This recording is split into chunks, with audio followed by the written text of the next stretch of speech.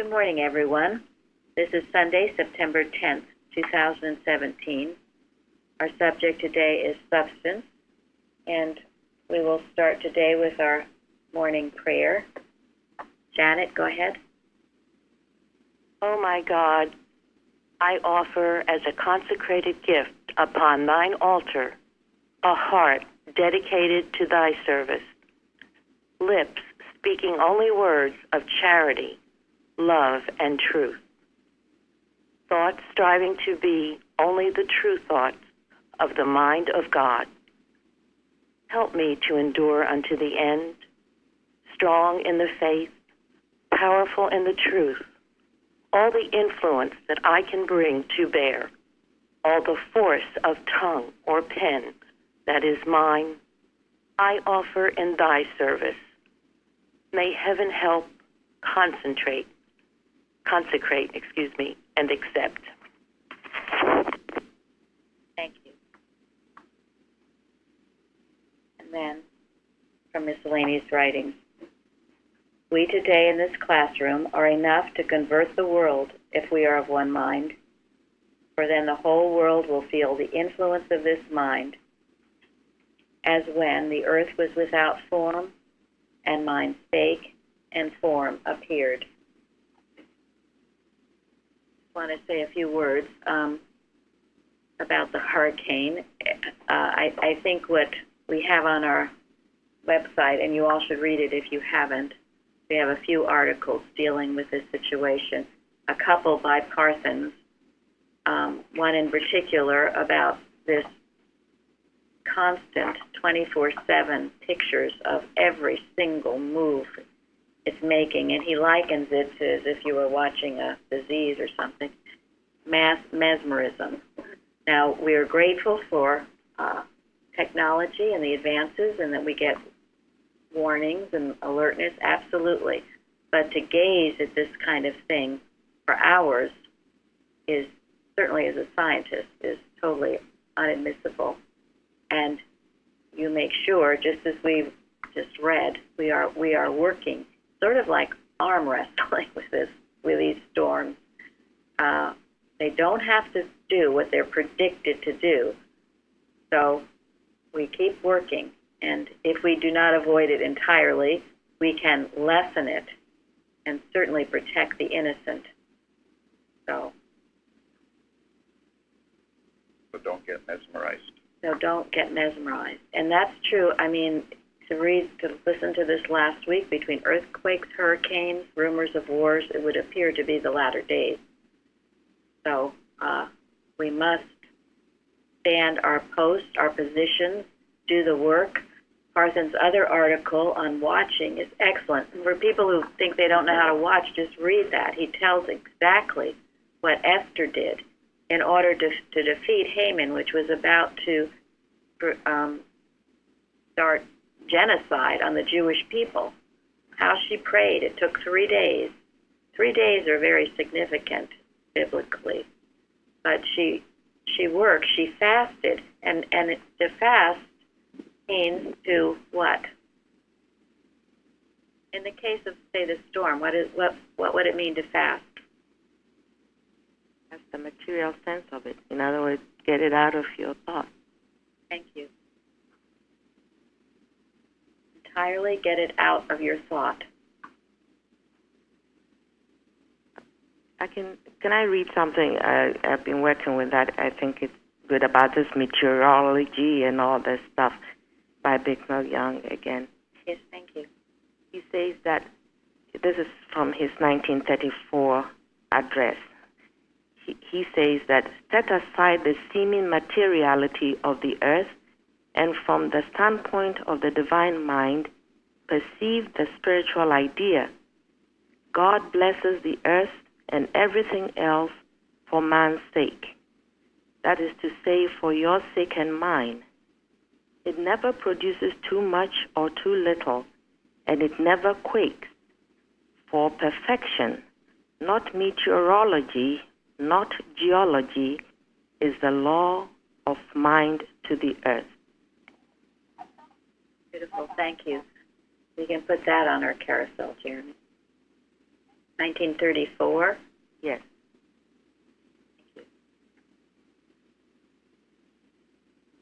All right. Golden text, Proverbs. Oh, before I go any further, I want to assign, let's see. Okay, Suzanne, next week you are to do our morning prayer for us. Okay. Okay, thank you. And you read that very beautifully, Janet. Thank you. Thank you. Okay, golden text, Proverbs 3:9. Honor the Lord with thy substance and with the first fruits of thine increase. What does that mean?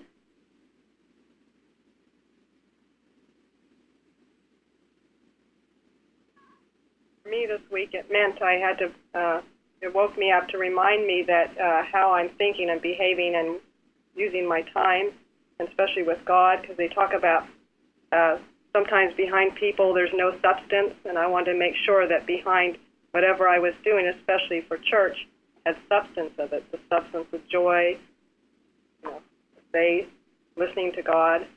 It reminded me that it's just not an activity, just working. It's beautiful, thank you. Some people have trouble with that word substance, so we'll get into it a little more. Jeremy? I was just thinking about the first fruits and how it's not to wait for whatever is the remainder to use that for God, your time or whatever, or wait until you're retired to work for him or something like that. Thank you. That is what the way I was looking for that. Your first fruits, not your last, your first. I think it also means that not after you pay your bills, which is what I used to do. I was so scared that I won't have enough that I paid this, I paid that, and then think about tithing. The tithing comes first. Thank you very much. That is very true. If you wait till the end, you will have nothing to tithe. You tithe first. I wanted to get into a little bit today what I call the biblical laws of finance. Did you know that at least half of the parables that Jesus wrote about had to do with money? Money is a huge thing. It's a topic some people prefer not to talk about because it's so huge. But it's something we need to talk about. And one of the things that this golden text means, what's been said has been very helpful, very good. One of the things that it means to honor the Lord means to be totally grateful, so grateful to God for being the substance of my being.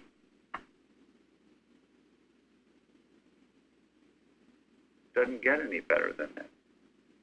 For providing everything that I need. And the way to show your gratitude to God, put it into practice, is to tithe. Because tithing is gratitude. Giving to the church without gratitude is a dead ceremony. Or to do it because you think if you do it somehow you'll get something in return. Yeah, it'll Like investment. Right. Yeah, right. Right, like a confessional. Oh, confessional. Yeah, that's Yeah. a good example. But if you're truly grateful to God for being the substance of your being, for providing everything that you ever need, you will give back. And it'll be the first, not the last, of what you give back. These are laws, rules, and principles, biblical ones. And those of us here who have done it have found we've always had what? More than we need, Yeah. an abundance. it takes a leap of faith to do it, especially when you think you don't have enough. So I mentioned this story in the forum, but a while ago, years ago really, there was a woman here who came to church who was deeply in debt. And she applied what I call these rules of biblical finance to her life. They were given to her by a practitioner here. The first one was to owe no man nothing except what? Love them. To love them. And it's in other places too, about owing. How many, and you don't have to answer me, but how many of you right now are in debt? The Bible is telling you no, not to go into debt. So this woman who was already greatly in debt, she was told that whenever she got her paycheck once a month, she was to take a small portion of it out to pay her debt.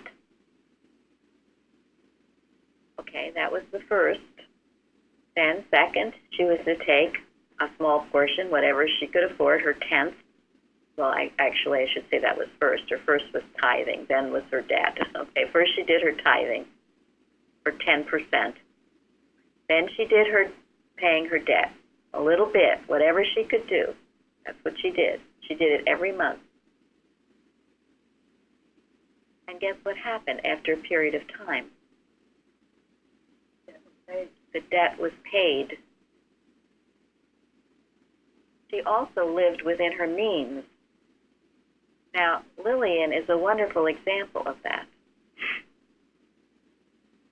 She lives within her means. You're not in debt, are you? No. And I know others have told me. I know there's Bill in Ohio. He says he has no debt.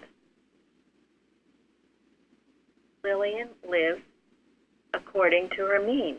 She has enough for what she needs, but she's not some lavish spender. And it's a very principled way to live. She makes sure she pays her debts, and she always, I have never known Lillian not to tithe. And anytime she has received any kind of a bonus or anything special, she tithes that as well. She is a living example of it.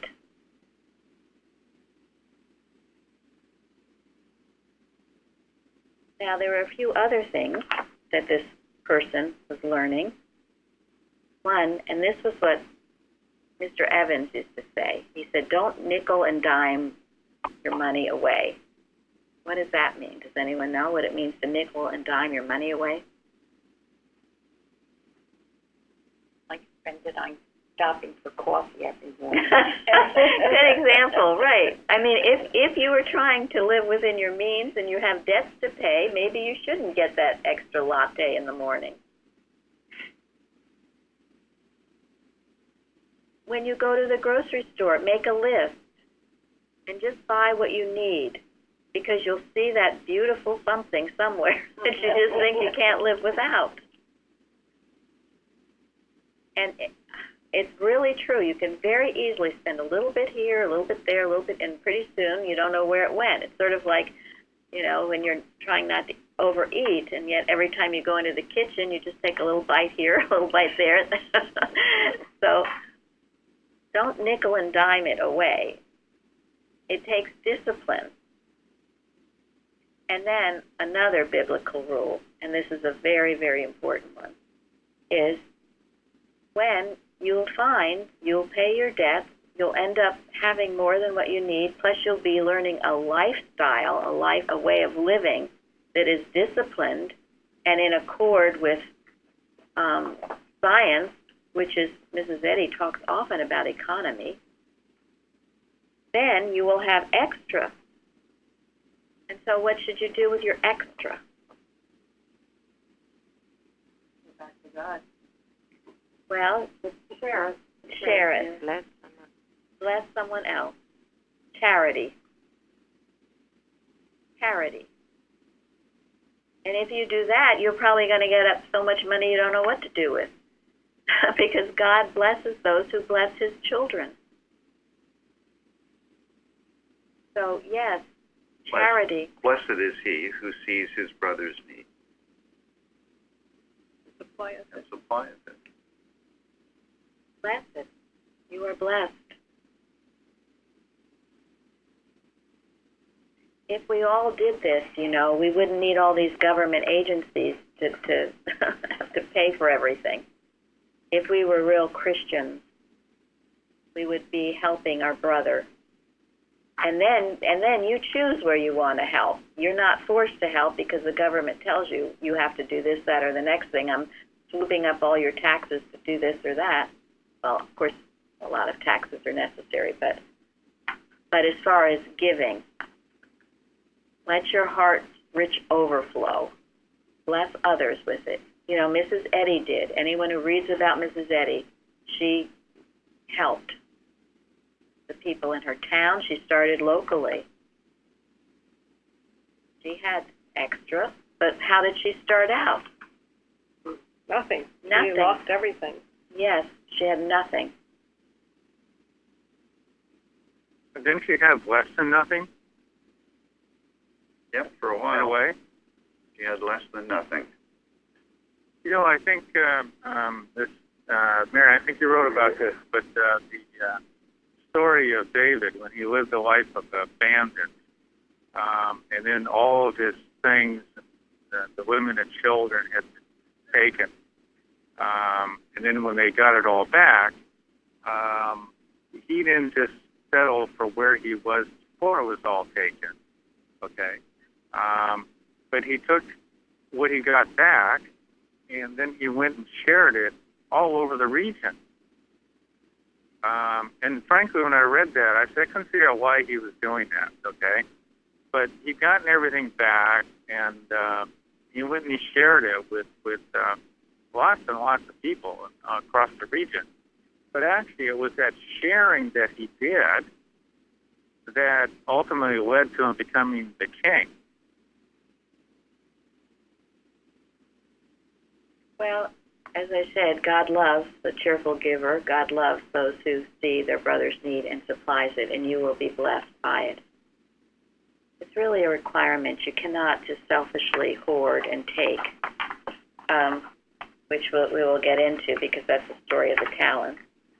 But before we do that, the other thing with this woman who came to church, what she was given, and this was one of Mrs. Evans' very favorites, and you should know it. It should be in your arsenal, 2 Kings 25:30.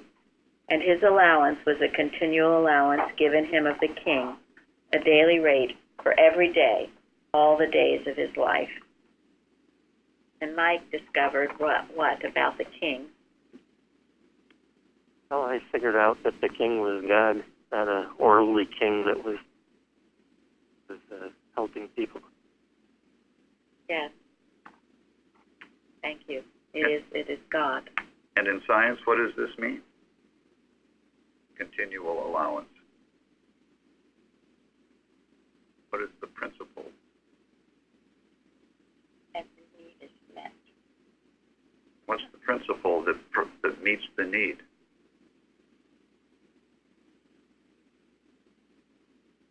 Back to God's allness and abundance. God is infinite. Good is infinite. Divine mind never stops. It is infinite. There is infinite abundance for every one of us. That's where the continual allowance comes from. Do you know how much you waste during the day? I mean, you can say, because I know I've thrown out things that I haven't used from the refrigerator. And that's wasteful. But there are other ways. You can waste this class. This is given to you freely, isn't it? You're not paying for this. It's free. If you see it as God's blessing, you will not waste it. You will use it. And if you use it, you will prosper. But if you don't, if you just sit here idly and listen and think, oh, well, that's nice, and now I'll get about my business, you are wasteful. That's just one small example. And what is Malachi 3, verse 8 all about? Will a man rob God? Yeah, Suzanne, tell us.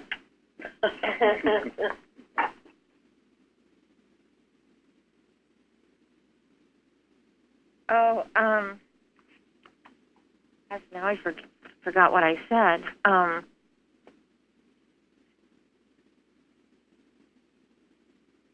Gave a good, did you find it, Linda? It was a good French quote I've liked. She first said, I'm the Lord, I change not.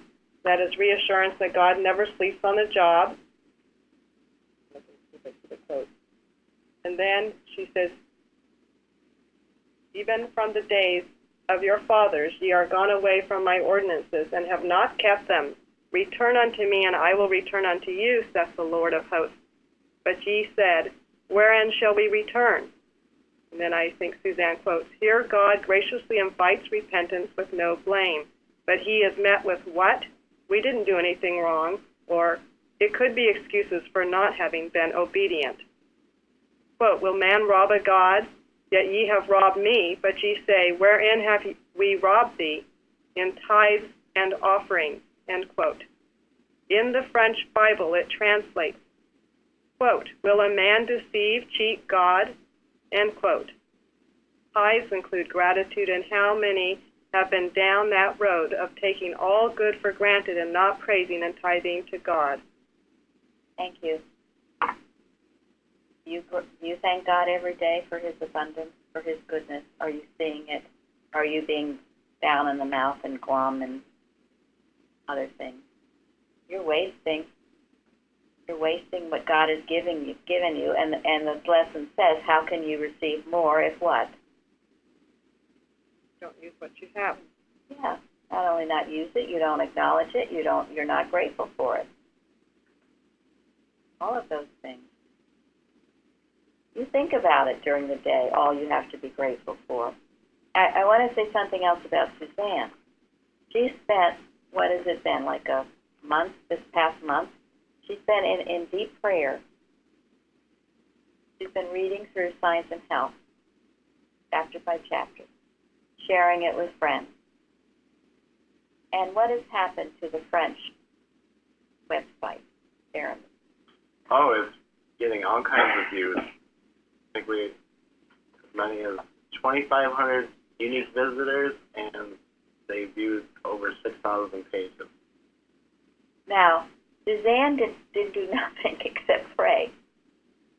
Her thought has been exalted. And because of that, if I be lifted up, what will happen? Will draw men unto me. Yes. That's true of everything about this church, everything we do. When we are in an exalted state, when we are grateful, when we are studying the textbook, loving the textbook. I mean, she said how she gives it out because she loves it so much. If you give it out and you don't love it, it won't have that effect. It's her exalted state that is enlivening. If you think, oh, gosh, you know, what I'm doing is not worth anything, nobody's looking at it, nothing's going on, well, then what are you going to have? More of nothing. More of nothing. Yeah, how are you going to be attracting anybody? You won't attract a thing. That is no coincidence that has happened with Suzanne this past month. It is so beautiful because I was thinking here that not only was tithing but was charity and giving, that one should, instead of giving to a quote-unquote charity where there's a huge overhead, if you're giving people as they come along in need or giving your time to the church, it's a much better way to give charity. Thank you, Mike. I mean, I have to say, anything that is done or given in this church, believe me, is not wasted. We value everything, every cent you send, every testimony you give. every remark you make, every forum you write.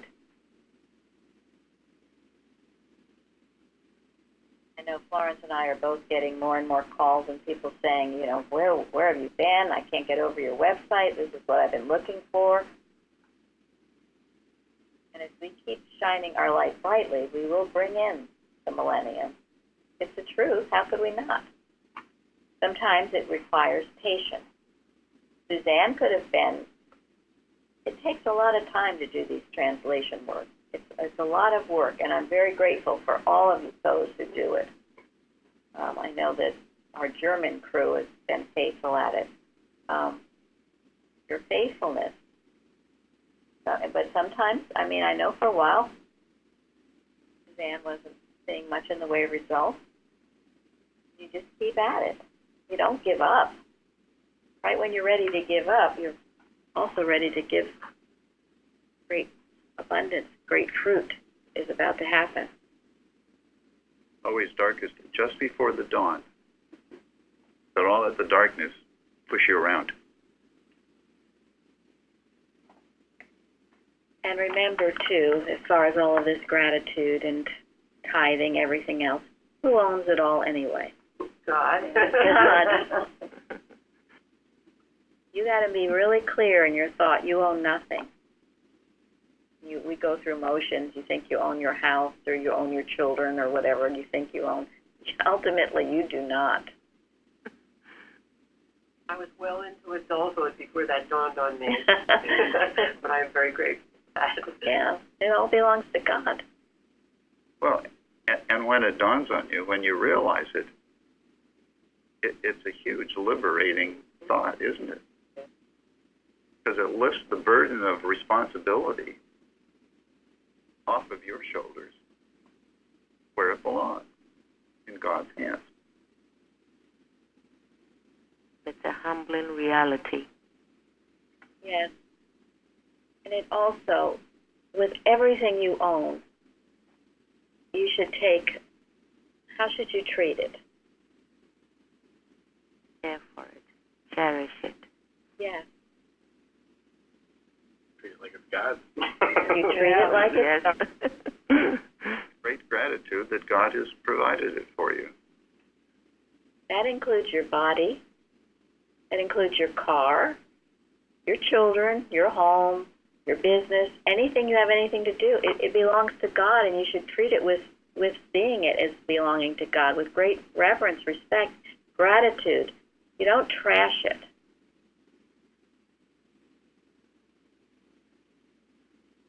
You know, we had some condo in Florida once, and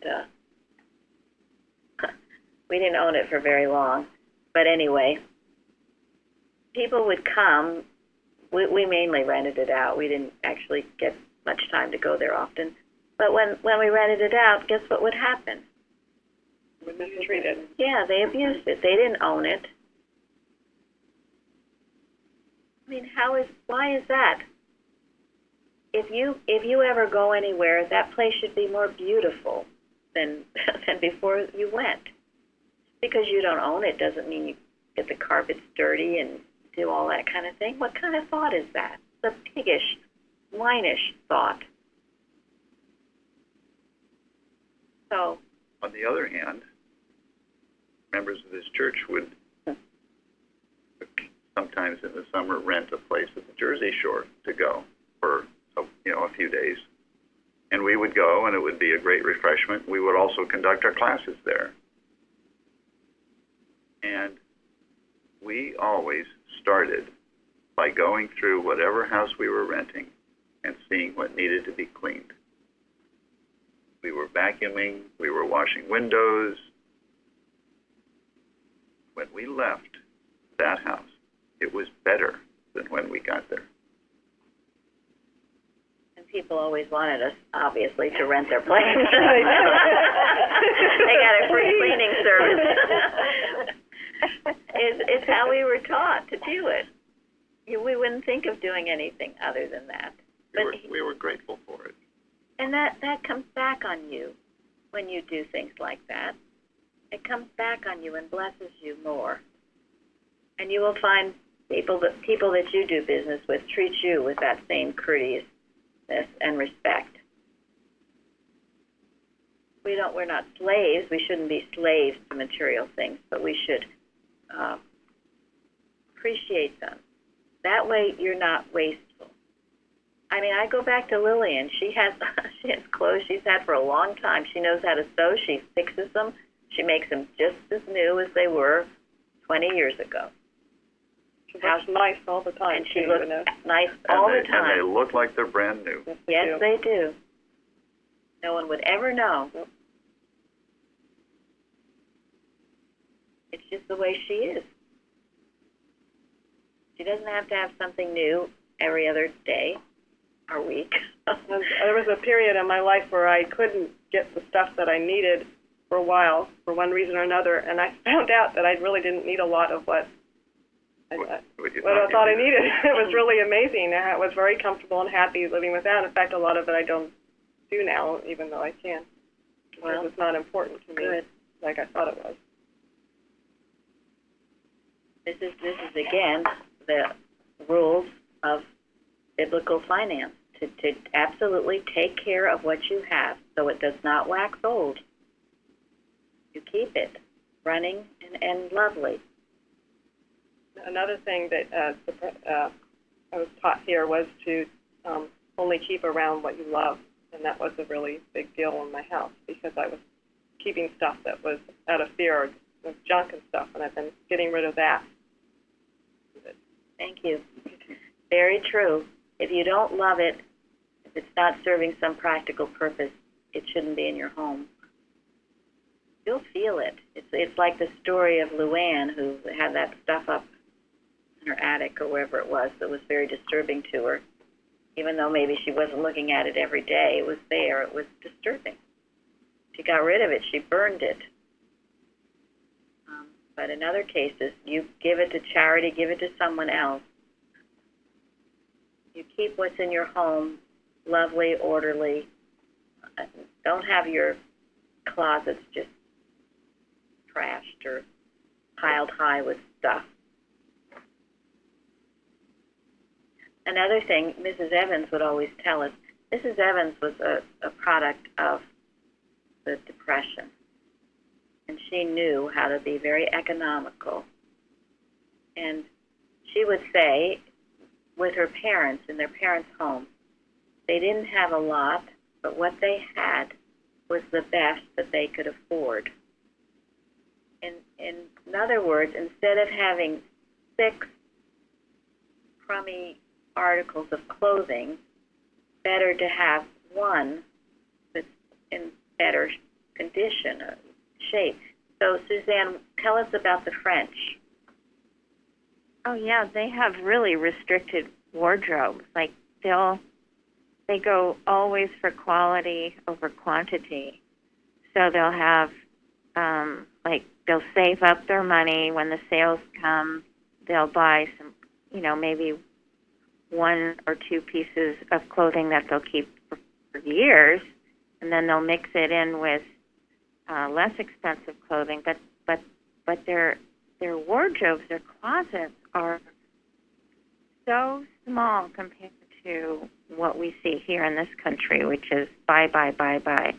They're very careful with their money because they're raised that way, not to go into debt and to just buy quality and to appreciate the smaller numbers pieces of clothing that they have, which I think is a wonderful way to do things. So they don't have piles and piles and piles of stuff that they're giving away because they, it's getting to be a little bit more that way, but traditionally you buy fewer and better pieces of clothing. Thank you.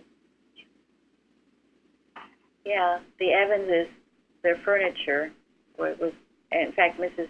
Evans would still have her parents' furniture because they were lovely and they were the best quality, and so they lasted. This is another way you nickel and dime yourself away. Look at the sale. I'm going to get some cheap thing here. And then you don't even like it. Yeah. It doesn't last. It falls apart. You don't even like it. It doesn't even look good or whatever. So better to save your money and get quality than all of this.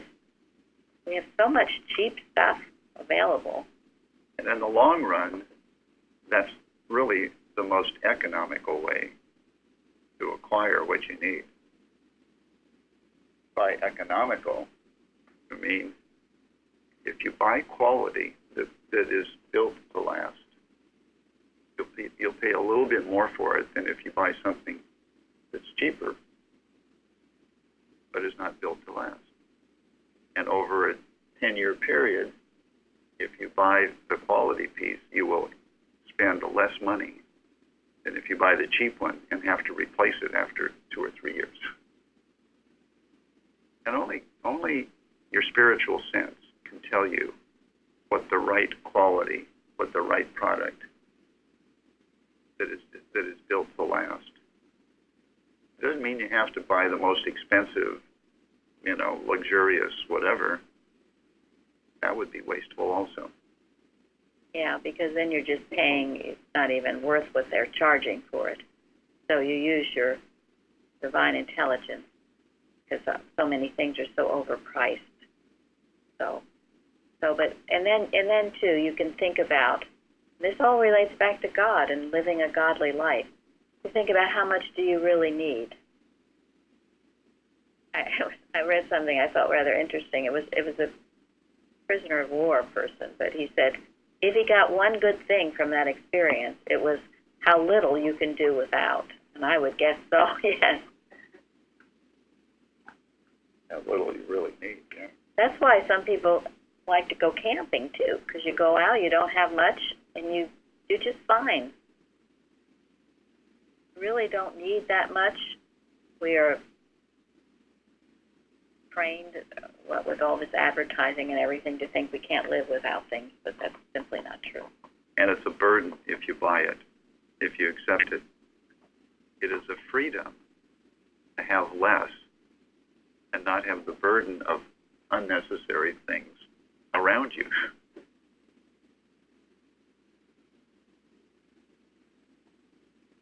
So what about the story of the talents? What did we learn with that? And both Jeremy and Florence wrote about it.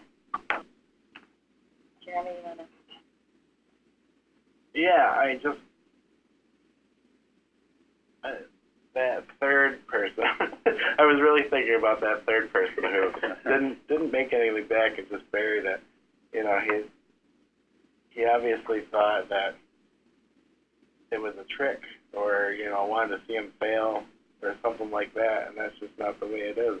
It's just such a blessing to be here and see that God is not unreasonable or oppressive. He's nothing to fear. He just wants all good stuff. Yeah, I thought that was an interesting take on this, because if you have this negative expectation and you think people are out to get you, you will experience that kind of thing in your life. People will end up seeming to be out to get you, and you will lack because it's in your own thought. You will externalize it. And it's also not true. He talks about how he reaps what he doesn't sow, but he gave the talent. That's the sowing, So, well, he didn't acknowledge that what the guy reaps comes from God. In other words, he personalized the whole thing. He materialized the whole thing. And the word talent, as used here, is not a play on words. One interpretation of this is we all have talents that are given to us of God. We all have things that we are good at, that we can do. And if we hide those talents and refuse to use them in God's service to benefit mankind, what's going to happen to those talents? They're going to get rusty and just kind of languish,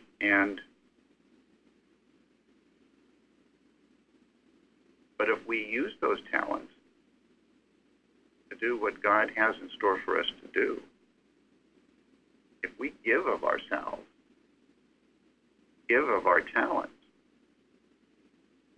Well, they're going to become really good. You're going to become really talented at what you're doing for mankind. You're going to benefit a lot of people as well as yourself, because it can't help but benefit you. This is a very important point, and it would be another way you could be wasteful. Why? While you were in poverty, you have talents that you could use, and you're just not using them. You have every excuse not to. I think Florence wrote about that. You're listening to that wrong voice. You can't do it. You're no good. All of that, rather than the voice of spirit, of substance. That, well, you can't, but God can. These are the ways people fall into poverty, in despair, listening to that wrong voice and not seeing that their substance is all from God.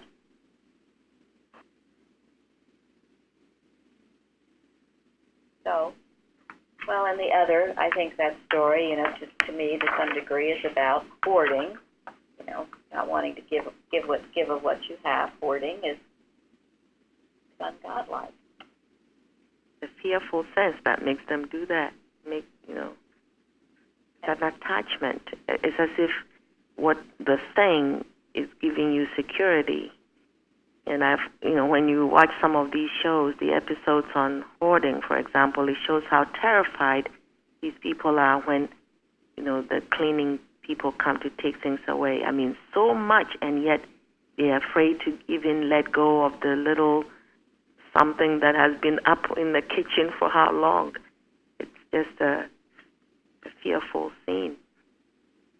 Thank you. Yes. Yeah. It's a fear that there isn't enough to go around. That God won't provide what I need. I mean, really, it's a sin against God, isn't it? Very godless. A very limited view. The last thing we're going to read today, Gary will read it from Martha Wilcox about our viewpoint. Because when your viewpoint is so limited, then you will seem to experience that limitation. I heard someone recently talking about our resources as a nation and as a world. I mean, even on a human level, we have an incredible amount of natural resources. Probably an inexhaustible supply, because why would God not give us that? So what is the problem?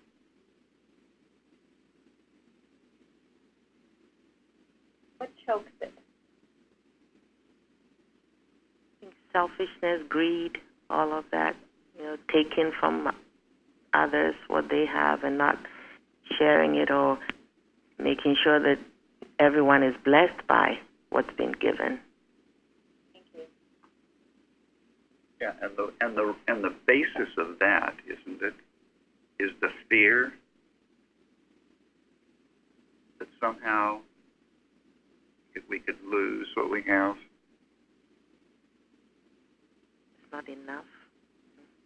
Yeah, the fear that someday there won't be enough. If you look at those stories of the Bible, they always had enough, whatever, from the prophets. If they needed water, they had water. If they needed manna from heaven, they had manna from heaven. If they needed loaves and fishes, they had that. Well, look at Jesus' life. I mean, he just moved around all the time, and he never worried about what he was going to eat or what he was going to drink. Right.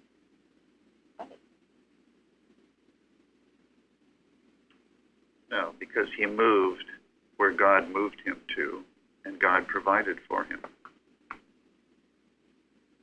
God does the same for each one of us. If we are moving as God moves us, we will have what we need. Such an example of true freedom, Jesus, the way he lived. Yes. That is the ultimate freedom, isn't it? So today, after this class, you think about how you can demonstrate the true sense of supply better. In what areas? Or in what areas are you afraid? Are you afraid of not having enough? And how you can learn to trust God more and to trust the laws and rules of the universe that will be operating on your behalf if you operate them. But those who give, freely ye have received, freely give. And it is certainly right for those who have more to give those who at this point seem to have less. Eventually they will have more too because it's available for everyone. But maybe at this point they don't see it. Betty said that poverty was no more to be tolerated than is sin, disease, and death. Certainly when I first came to this church, I thought, well, you got help with sickness and that kind of thing, but I never thought about it for supply. But really, it's every bit a sickness as a flu.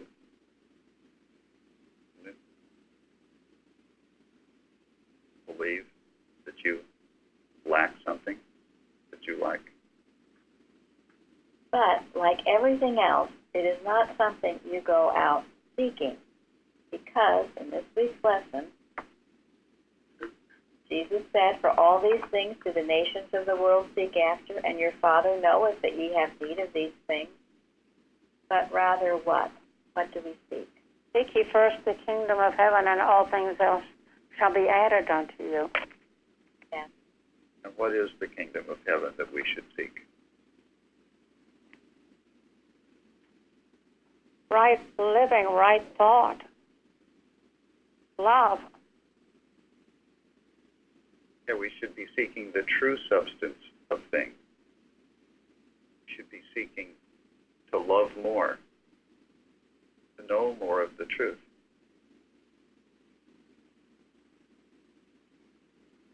Love and know God more, and our fellow man. Two great commandments. That's what we seek. As we seek, And God is love.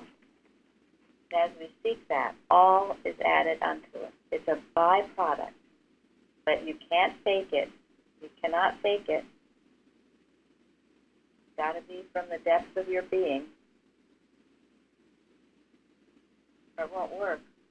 God is not mocked.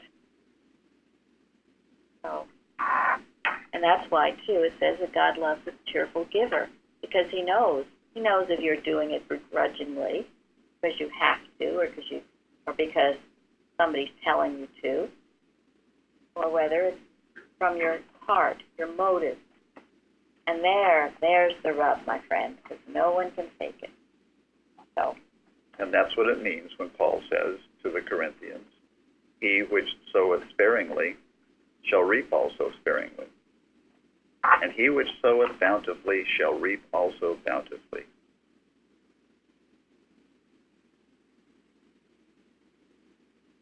So think about all this. Think about your substance, because part of substance is supply. It's also our spirit, what our real substance is. As Linda started out saying, are you a person of substance? Do you have that God that is behind everything you say and do? It's God inspired. So we'll end now with Martha Wilcox, our practice governed by our viewpoint.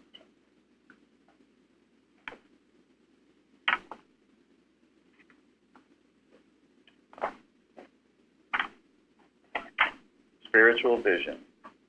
The patriarchs and prophets based their mental position on spiritual vision.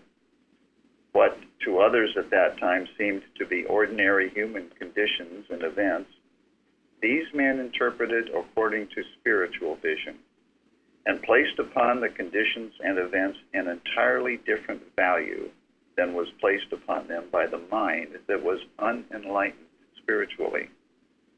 These men lived life and practiced life based upon their spiritual vision of men and things, with the result that they exercised spiritual power. They brought water from the rock.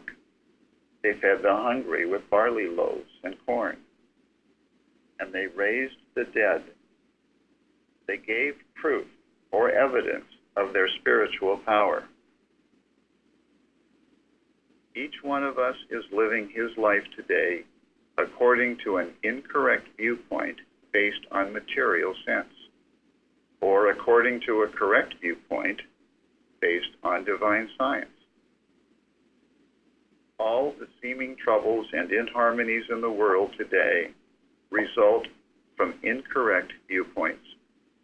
And we have these wrong viewpoints because we base our interpretations of everybody and everything upon the beliefs of material sense. Wrong interpretation always results in a wrong viewpoint. Do we interpret man as personal and material, as mortal? Do we interpret the world in which we live as material and destructible? If we do, we are interpreting them erroneously and are living our life from a limited viewpoint of material sense. There is nothing wrong with our world or with the people living in our world. It is our mental interpretation that is erroneous and causes us to think and act from incorrect viewpoints. As we exercise our thought and action from a viewpoint based upon the interpretation as given in divine science, this new age will be for us an age of power and action and dominion and good works. It will be an age in which we as individuals give instantaneous proof or evidence of perfect man and perfect universe at hand. Thank you.